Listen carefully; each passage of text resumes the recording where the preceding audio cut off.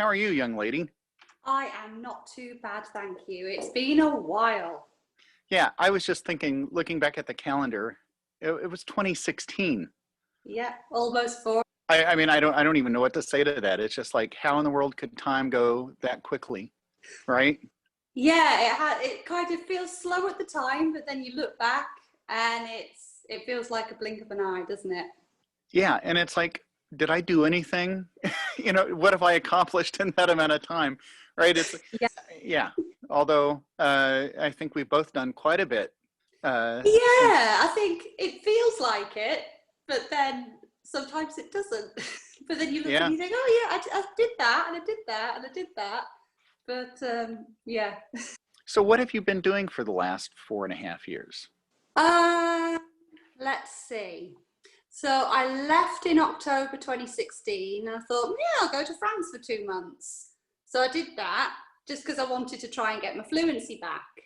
And then I came back and I was thinking, oh, what am I going to do now? I've left ships, and I was toying with a few ideas. And then I studied for the CELTA, which is to teach English as a foreign language. And at the same time, I studied for the DELF B2 exam, which is an international recognized French language exam. And my plan was that I was going to study from, would have been September 2018 or 2017. I can't remember which now. But I was going to study music therapy in Montpellier. Brilliant. Loved it. Great course. And then I found out that I forget what the acronym stands for, but it's the governing body of kind of clinical therapists in the UK, the HCPC. They said, well, if you study abroad, we can't guarantee that we will approve your qualification when you want to work back in the UK.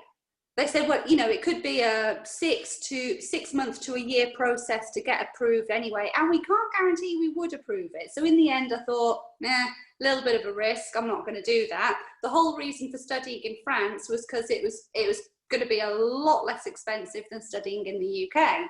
To study in the UK for a master's in music therapy, it would have been £10,000 tuition fee, pretty much. Get a master's loan to cover that, fine. But then, as a requirement for all the courses, you have to undergo your own therapy throughout the course. And that could have added on an extra £6,000. So that, yeah, I couldn't have afforded that. So in the end, I went back into a secondary classroom, September 2017, full time, as a music teacher. Because I thought, well, get the salary. So this is a really long, boring story. Please stop. That's good. If I have a teaching salary, I'm going to be able to get a mortgage so I can get my own place. Brilliant. So I did that. Sorry, if you might be able to hear my cat scratching about. I wondered what that was. Yeah. He'll stop in a bit. He'll probably come in and jump across the camera. So I got my mortgage, but then the flat took ages to go through. Anyway. I was then signed off work because it was a shitty school, and I thought I just can't deal with this anymore. So it got to the point where I was crying every morning. Oh my God. And so I left there. And also they wouldn't let me do my own professional development. At the time, I wanted a day off a month, and he wouldn't grant that. The head wouldn't grant that. So I thought, right, stuff you, I'm leaving. And I ended up doing the course I'm doing now. So it's just as well I left, because if I hadn't have done, I wouldn't be able to study at the Royal College of Music doing their performance science course. So it all, all's well that ends well. So in the meantime, I'm supply teaching, which is fine. I like the freedom, but it's financially so insecure. I can't cope living like this, because I don't know what I'm getting week to week. So I don't know if I can afford my bills. I've had, in terms of COVID support, I've had the maximum amount mortgage holiday I can take. So I can't get out of paying my mortgage anymore, and there's no other support for me. So yeah, I'm now doing bits of supply teaching. I'm also job hunting. So yeah, there is that. So the business has taken a bit of a backseat while I apply for different jobs. and supply Well, chain. well, I want to get to that in a minute because that's kind of what I wanted to talk about today, right? Is this Exactly, new I gave you a focus? very boring No, story. but I wanted to know. I wanted to know where, what you've been doing. I mean, you haven't just been twiddling your thumbs for 4 years, right? I mean, you've been busy working Mhm. on all kinds of stuff. Um, Yeah. What you about call it yourself? I'm just going to turn my phone on to do not disturb so it doesn't keep buzzing. well. How's the last 4.5 years treated you? Good and really, really strange. But before we get to that, I wanted to ask, like, are you quarantining? Are people doing what they should do in England? Because here in the States, nobody wants to pay attention to this. But Yeah, I mean, I think I personally, I don't need to quarantine at the moment, but I think a lot of people are. But then you still hear reports on the news of police had to go, and I mean, we're in a month lockdown at the moment, so pubs aren't that's open, and we've just been in that, I think, since last Thursday. But the weekend before, there were reports of pubs having to have the police round because they'd hosted an event and there were 100 people there. So even before this current lockdown, there were still social distance rules and people weren't following it. And there were reports of venues hosting christenings and wedding parties. And, it's difficult. I understand the need to get the money in, but they shot themselves in the foot by being shut down early by not following the rules. And you do get people on public transport as well. You're supposed to wear masks on public transport. And if I was getting the bus into town, like over the summer, you'd see someone come on with a mask over the nose and mouth, pay the bus driver, go and sit down and take the mask off. So what's the point? What part of the rules don't you understand? Why doesn't it apply to you? So I think there is a bit of a mix. A lot of people, I think, are fed up, but understand why the rules are there. And yes, not reluctantly, but they follow them because they see the bigger picture. But then I think there's a group of people who either don't think the rules apply to them or think it's never going to happen to them. But then they don't see that they're putting other people at risk. But then there's also, I was walking in the park at the weekend and I heard a couple of guys talking about all these conspiracy theories of X, Y, and Z. And I just thought, yeah, you've got that group of people as well that aren't going to follow the rules because they believe it's, well, apart from conspiracy theories, an infringement on their personal liberty and all of this. And yeah, it's tricky. Certainly my family and friends are following the rules, but there are a lot of people, I think, that aren't. Yeah. So before I answer your question yet again, when you said conspiracy, one of my favorite times with you and Ben, and there were a couple others from the band. Do you remember the time we went to the restaurant? But it wasn't because of that. It was, well, yeah. But the reason we got so loud is because your Titanic story, right? And I relive that, and I think it was one of the most fun times I had had. And everybody was jumping on top of you saying, oh no, I couldn't do this. And I was trying to say, be quiet, let her talk, because I was fascinated by what you were saying, right? And yeah, we got carried away. So what? We were having a great time. But anyways, it was. Sorry. So what have I been doing? I got back, really focused on playing. I still had my teaching gig and I still am teaching, but I'm teaching online right now, which I hate. And my students no student deserves to do it this way, but at least it's something, Exactly. And I guess there's the financial security of that. Yeah. And which is a big thing. Yeah. So again, it's better than nothing, but I put together and hosted 3 trumpet conferences. Wow. And that's kind of how all of this came about because, as I got to know people, and it just hit me one day, in a very, in a nutshell kind of story, it hit me one day that I think I'd like to interview people and find out, because everybody has a story, right? And and you know me, I love to talk, right? So, but I also love to listen. And I've had absolutely a blast. I think I'm up in the 130s now as far as interviews go. Yeah. But what intrigued me about you was, of course, I don't even know what to classify it. It's not necessarily music therapy. You were like, No, it's definitely me. it was like a, oh my gosh, I'm drawing a blank. You tell me what it's called.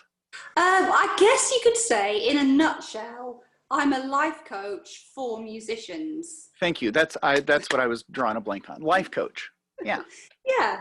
So I can work on, it could be anything from mindset with regards to, the job itself, whether it's performance anxiety or making practice more efficient, or on the flip side, it could be anything to do with, general concerns, life concerns, things that are getting in the way of you doing your job properly, but aren't necessarily related to performance itself.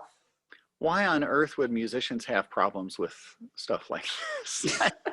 Yeah, I'm saying that sarcastically, but you've probably gone through all of this yourself, right? I mean, isn't that really kind of how we head in directions like this? Is like, absolutely.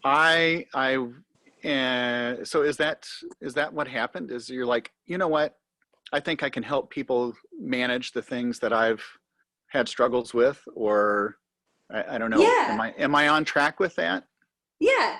I think I initially found out about coaching probably a good few years before I started doing ships, to be honest. And I was going through a tough time at work and personally, and I ended up, through occupational health, being assigned a life coach, and I had however many number of sessions with her, and it was the most transformative experience I can say I've had. Honestly, it was fantastic. And I was having counselling at the same time, and the counselling just wasn't working for me, but the coaching did. And I think it's because it is future focused, it is solution focused, and it was getting me, as well as understanding, I suppose, not why I was in that position, but understanding my thoughts around the position I was in.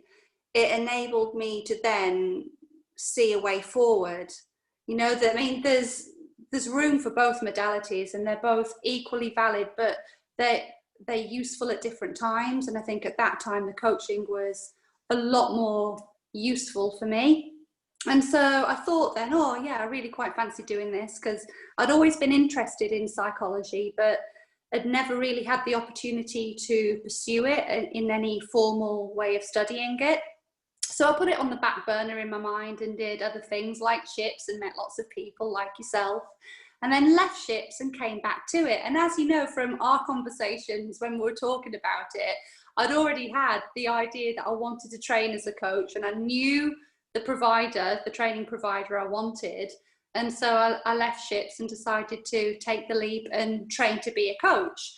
And at the time, I didn't really have any notion that I wanted to work with musicians specifically. But I think through the training, it became clear that with my experience as a musician, it just made sense, because growing up, I certainly had a lot of performance anxiety. Through going to college, I ended up dealing with it, and it did go away, but not through coaching. But I thought, it came back then. The performance anxiety came back then through improvising on ships, and I thought, damn, I thought I'd dealt with this, but it comes back again in a new way. And then I think it was through not being able to set effective goals for myself, because I didn't have the formal instruction anymore of a teacher. I didn't really know what goals to set from improvising. I knew where I was, I knew what my current reality was, but I didn't know how to get to where I wanted to be. And it's still a work in progress, but I obviously didn't have that feedback either on what I was doing to know how to improve. And I thought, I can't be the only musician that's thinking about how we practice and how to make practice more efficient, and how to set effective goals, and what success looks like, and then how you deal with rejection. I thought, I can't be the only one dealing or thinking about this. So I thought there's scope there for me to potentially help other musicians that might be thinking the same things. When did you take the first leap and actually talk to someone, offer, I won't say advice, but, you know, coaching? What was your first experience like with that? With me offering coaching or me having coaching, sorry? No, with you being the coach. Oh, I loved it. And I think it's because it came from a place of wanting to help someone. And if I could help give clarity, I think that's the thing. I liked being able to provide clarity and facilitate somebody else coming to their own conclusion about what that clarity looked like, because coaching is not advice giving, you know, it's asking, it's listening. A lot of, as you know, we were talking about before, it's not so much speaking, it's about listening to what the client, the musician, whoever you're working with, listening to what they're telling you. And sometimes it might be reading between the lines for what's not said, but through asking then relevant and pertinent questions, you then facilitate their own insights, and you know, they can come to the conclusions themselves, and you see that the switch, you know, being flicked, or the light bulb go off when they, depending on what question you ask, you know, they draw their own conclusions and sometimes have quite deep realizations that they've not come to before. I think one of the other ways I describe coaching is it's going, you know, I don't want to use a cliche, but, you know, imagine going on a journey. You want to get from point A to point B, but a coach can enable you to do that and facilitate that journey quicker than if you were doing it on your own. I'm just thinking, sorry, my mind is just went three different directions because I went, okay, I'll go back to the first thing I was going to say is I understand how you're drawn to this because you and I had many conversations. And again, one of the reasons I enjoyed them so much is you are a great listener. But I also, and that made it even more enjoyable for me to sit, and because I thought we had great exchanges. You know, it wasn't this just getting to the surface stuff and, you know, blah, blah, blah, the daily grind of this, that, and the other. And maybe there was some of that, which is okay, but that's what I can see where this is something that suits you really well, because you have this innate ability to connect by listening, right? And I would even not compare it in terms of coaching, but even thinking about interviews. There are some people who are like, I've got nothing to say, but as soon as you ask the right question, you can't shut them up, right? It's just, They open up and the floodgates open and they go. Exactly. So how are you able to maintain objectivity when you're working with somebody? I mean, to not become either emotionally invested or right? Isn't there kind of a boundary that you need to maintain with somebody you're working with? Yeah, I mean, admittedly, I haven't coached friends that are musicians, but I think the awareness that that boundary needs to be in place, even if I were to coach people that I knew, I don't think it would be an issue for me, because I think, you know, I've got the ability to wear those different hats. I can have a conversation with you or anybody else as a friend, but if I was asked to coach you or somebody else, then, you know, I put that hat on, and it's a different, I was going to say skill set. I'm not sure if that's the right word, but a different mindset that you bring to that conversation. And a conversation between friends is going to be very different than a conversation between coach and clients. And if I were to coach somebody that I knew, I would obviously put that boundary in place so that they're aware that I'm there to serve them as a coach and listen to them as a coach, not listen to them as a friend. It is a different conversation, but I think it's, you know, something that can be done, definitely. And I think if I was working with somebody I didn't know, I think I wouldn't get emotionally involved with that, because I wouldn't have that same relationship with them. Yeah. Sorry. I was just going to say as well, just thinking out loud, I think there's the danger for emotional attachment if you buy into the client's story and if you collude with them. But as a trained professional, you don't do that. Does that make sense? Yeah, absolutely. Okay. Absolutely. Yeah. So, okay, I'm still trying to think which direction to go on this, but there's not necessarily prescribed, okay, to get you from point A to point B, we're going to need 3 sessions, right? It's not that simple, right? It's not like taking a course and you have a beginning, a midterm, and a final, and you're done, and you get your certificate and off you go. No, exactly. It's not, it isn't a one size fits all approach. And yes, you can sort of do packages of, 3 sessions, 6 sessions, 12 sessions, whatever it might be. And they might be enough for some people. They might not be enough for others.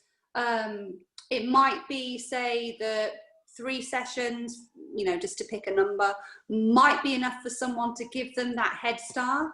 And then they want to go off and, work and continue on their own for a bit and then maybe come back.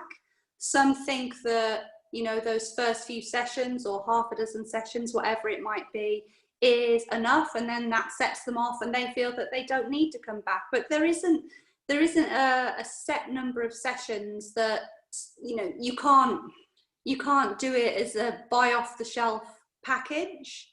I mean, you can do online courses and you can do group coaching calls, but if it's an individualized process, it is exactly that. You're working with a client who's an individual, and everybody comes with their own set of beliefs about themselves, about their situation. And sometimes people that are very self-aware anyway, they might work through those beliefs quite quickly. Some people that maybe haven't done as much work already, they might find it a little bit harder. Yeah, it's really difficult to put a number of sessions onto it, but it's not intended to be like a forever thing. Some people, they can have, say, therapy. You hear of people having therapy for years. Well, firstly, coaching's not therapy anyway. It's very much a solution-focused thing. And the idea is that it's not forever. It's not like having your weekly music lesson or something like that. It is only intended to be an intermediary thing. How I want to finish that sentence. But yeah, it's, you want to have your client, you want to help them, and then you want to see them move on from that. It's not like you have a client and you want to keep that client forever and ever and ever. You do want them to move on and you do want them to flourish. And it might be that they come back at some point, either to work through those things at a deeper level, or because something else has come up that they want to work through, whatever that might be. But the idea is that you do want to work with someone, but then let them go. If I know that I am not a great baseball player, or cricket, we'll use cricket. Okay. But I'm thinking I'm talking to some Brit, right? I mean, it's cricket. Okay. And I'm not the sportiest person in the world, but yeah, we'll go with the cricket analogy. Okay, so whatever sport, okay, yeah. So I know that I'm not skilled in this, so I'm going to seek out a coach, right? I'm aware that I'm deficient in a certain skill. I'm going to go seek out somebody who can help me with that. Now, I may not know I'm deficient in certain life skills, right? Like you're talking about, the reason that I would come to someone like you, I might not know that there's a deficiency that exists, right? I just know that there's something wrong, there's something missing, I can't figure out what that is. How do I find my way, first of all, to recognize that I truly need help, or that it needs to be help from someone who is trained like yourself? I think, well, from conversations that I've had with other musicians, because you bring up a valid point. I mean, if you've not done work like this before, how do you know, A, that it's available, that it exists, and B, how do you know that you need that kind of help, or that that's, an option for you? Conversations I've had with other musicians where I've thought, maybe there's something deeper here that could be worked on, is when musicians have said, oh, I've got another mouthpiece, I wasn't happy with my sound, so I've bought this extra bit of kit.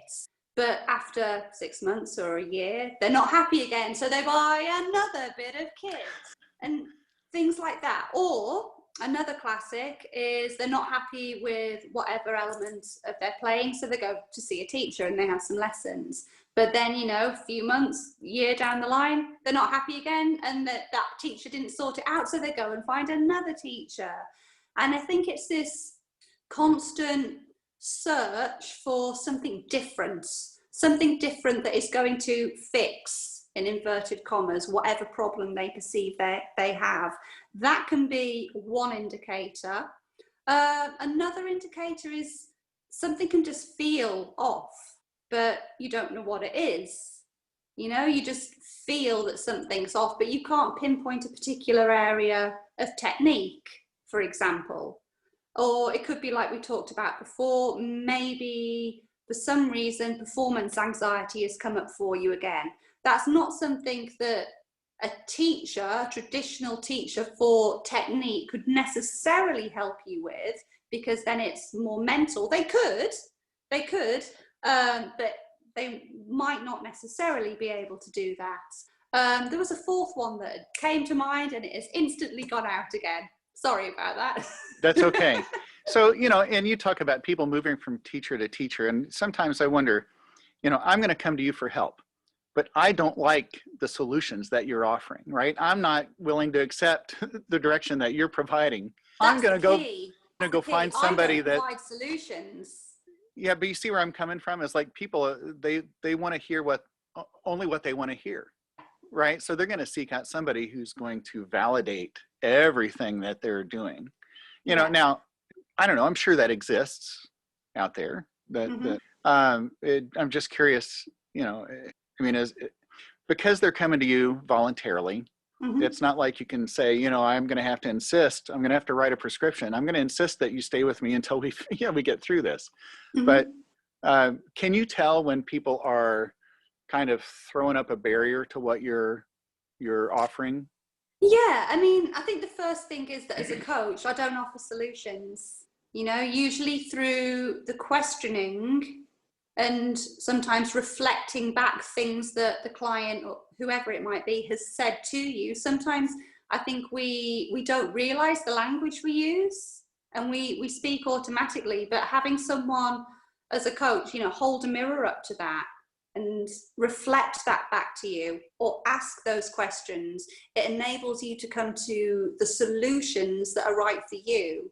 I can't provide solutions because you know your life and your situation a lot better than I do, you know? So what's the solutions that are right for me might not be right for you and probably wouldn't work. So as a coach, I don't offer solutions because you're right. You could come back and say, well, this didn't work and this didn't work and this didn't work. But if you come up with the solutions yourself, A, you're more likely to carry them out, and B, they are more likely to work for you because you were the one that has come up with them. You know, so I don't provide solutions mainly for that reason. That's not the role as a coach. As a mentor, it may well be that a mentor would provide advice and provide solutions, but as a coach, it's different. The client provides the solution for themselves. The coach just facilitates that. Therapy can sometimes have stigma attached to it. Do you find that at all with somebody who's thinking about a life coach? Is there a stigma attached to that? I think there can be, but I think it largely stems from not understanding what the role of a coach is. And it's not talking about past trauma and it's not processing events that went on in the past necessarily. There might be an overlap, but it's not therapy in that sense.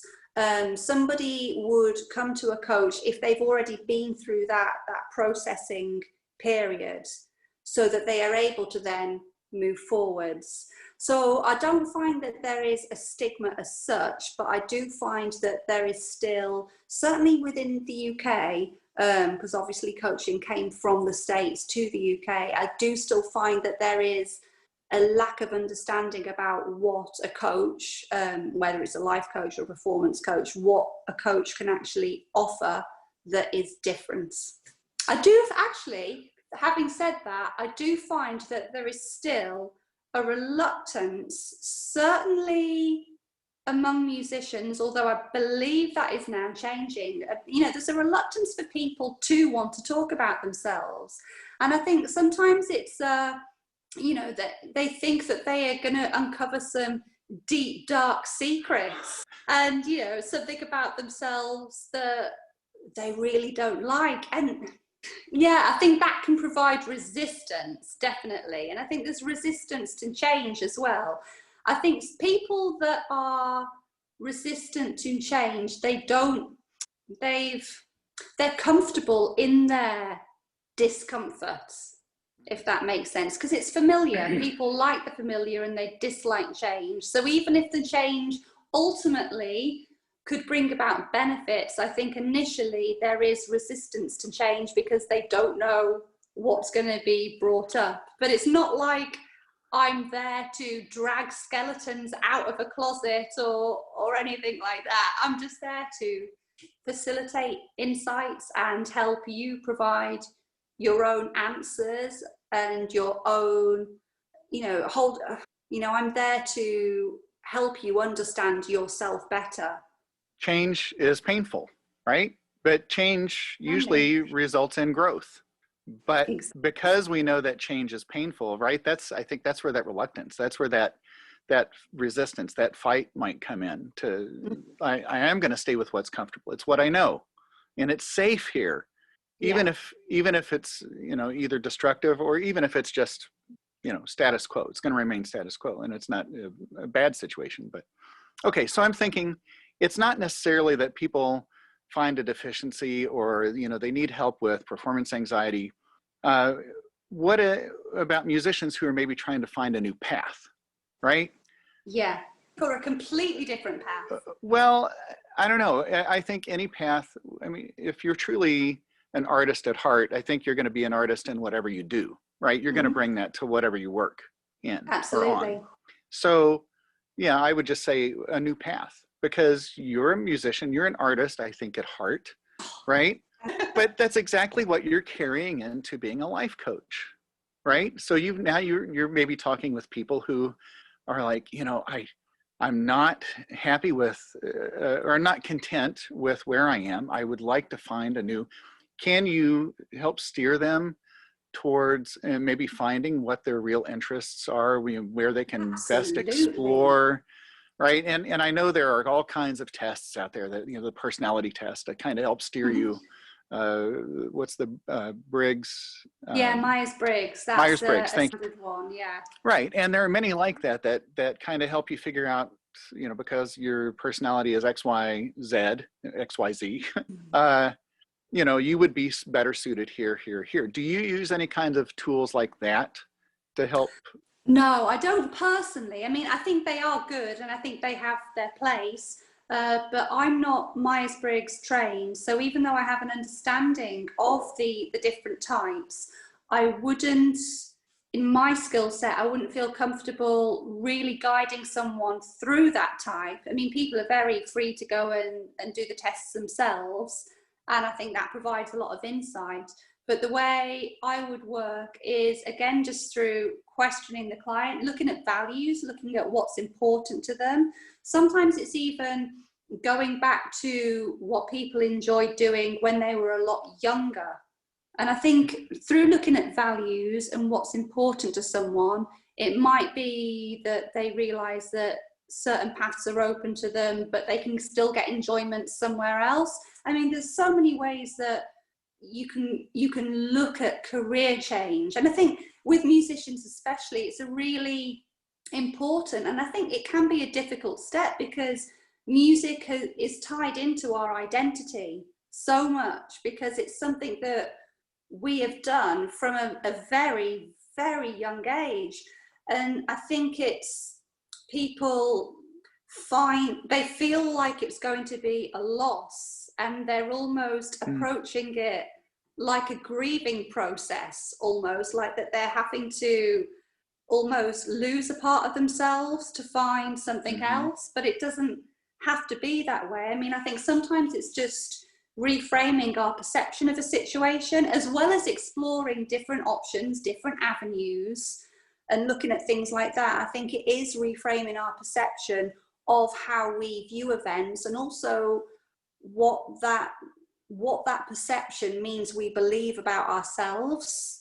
And sometimes through looking at those and examining those beliefs and the evidence for them, or not, as the case may be, that, you know, it can sometimes enable you to look at it and see it then with new eyes, now that you know the underlying assumptions you've been making through your perception.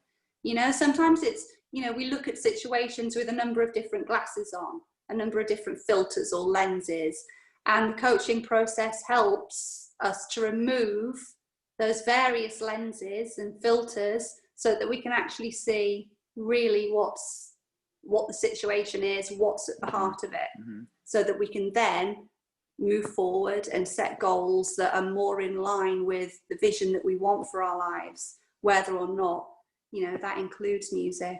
But I think certainly in the UK, something came out a few weeks ago about, and I don't know if you had reports of this in the state, about the arts certainly being included in careers that were no longer viable. Did you get that? No. I don't know if you did. No. Yeah, and so I can't remember the report that came out. You know, events and all these kinds of things, they were not viable careers. And so musicians and artists and, you know, people in the creative sphere that have been affected by COVID were advised to retrain, apparently. So obviously then, for all those self-employed musicians out there, that's going to be a big hit on identity, because if music isn't a viable profession in inverted commas, well, that means we're not viable as people, doesn't it? You know, and I'm not saying that's the case, but then that could easily be the assumption that is made from it. Well, yeah, you can question your own worth, your own value. Absolutely. But what my immediate reaction to that is, it makes me mad.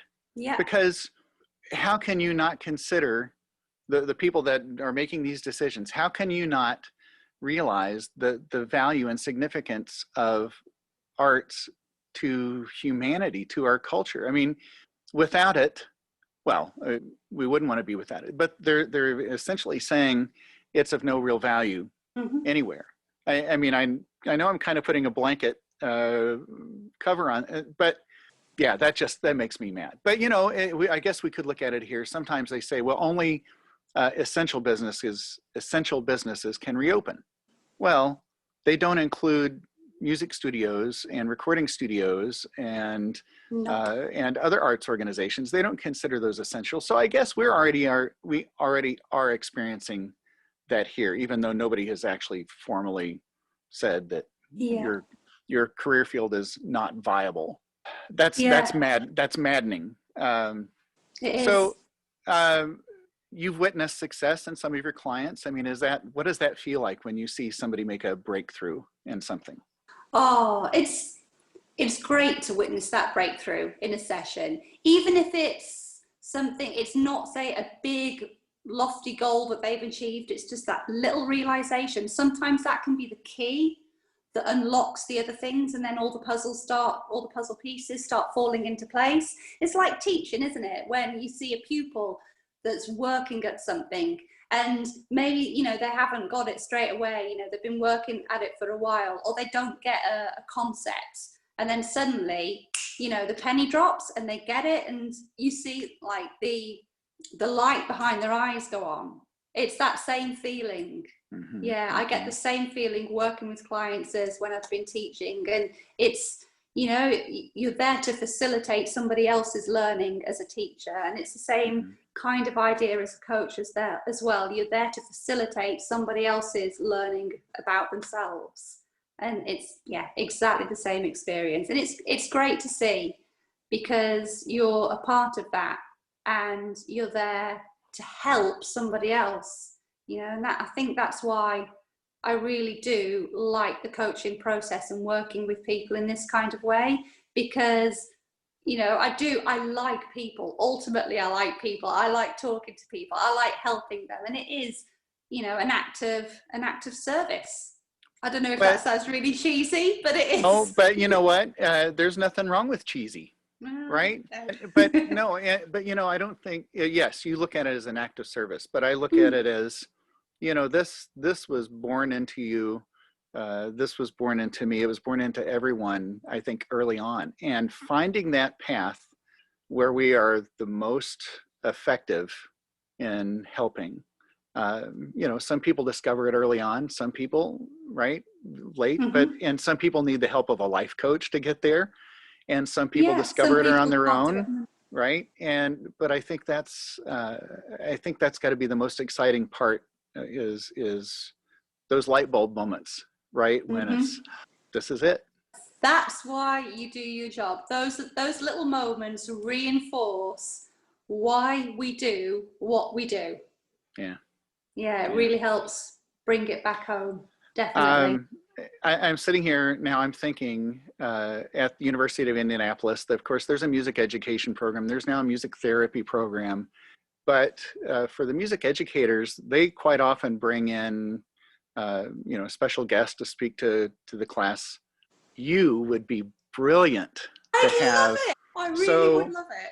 And of course, you know, with virtual everything these days, it would be easy to facilitate. So we just need to figure out, you know, what you would want to charge for that. But I'm going to pitch it. Absolutely. Absolutely. To help from, you know, like performance psychology. So it could be anything from practice, not techniques as such, but like using mental imagery, whether it's to help with performance anxiety, all the way through to how do you handle rejection on a more life coach perspective. There is such scope, which is why A, I've done the coaching course that I did, which is brilliant, and B, why I'm now doing the Masters in Performance Science at the Royal College of Music, because their centre it's a leading centre of research into this whole field, you know, performance psychology, the health and well-being of musicians and music, in education, using these models in education. I love it.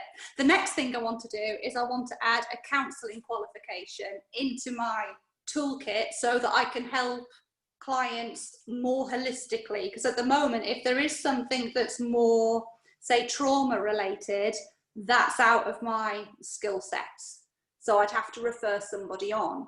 But I prefer not to do that and prefer to do it all, I was going to say in-house, I'm not a company, but if someone comes to me, I want to be able to help them rather than say, actually, I think you need to see this person first. So counselling's on my list next. You're never going to stop, are you? Well, but you go for the qualifications, and I go for, I love going to YouTube and just listening to maybe a piece of music I've known forever, but hearing somebody else do it in a new way, right? I'm learning interpretation. Or I still go to master classes, especially, you know, my former students or teachers, if they happen to be in the area, I'll go, because I'm not done learning, right? There's always more. And that's, and I see how excited you just got over talking about, and I'm the same way, right? If I felt like I was done, then I need to stop teaching, because if I'm done learning, that means, or if I think I'm done learning, that means I'm no longer qualified. And in my mind, I know what you mean. So, I think that's another sign as well. If somebody feels like you said about the status quo before, you know, someone feels like they have plateaued, you know, but they can't quite kickstart their growth again. You know, sometimes a coach can help through that too. But with the internet now, as you say, we've got so much exposure, whether it's YouTube or free courses with, say, the Open University or whatever it might be. We've got so much access to different learning platforms now.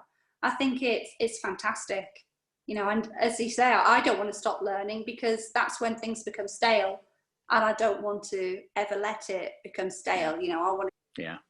So we're going to have to follow up on this, because I want to make sure that I can get all the right information about you and what you do to the people who do the thing that I'm talking about at UIndy.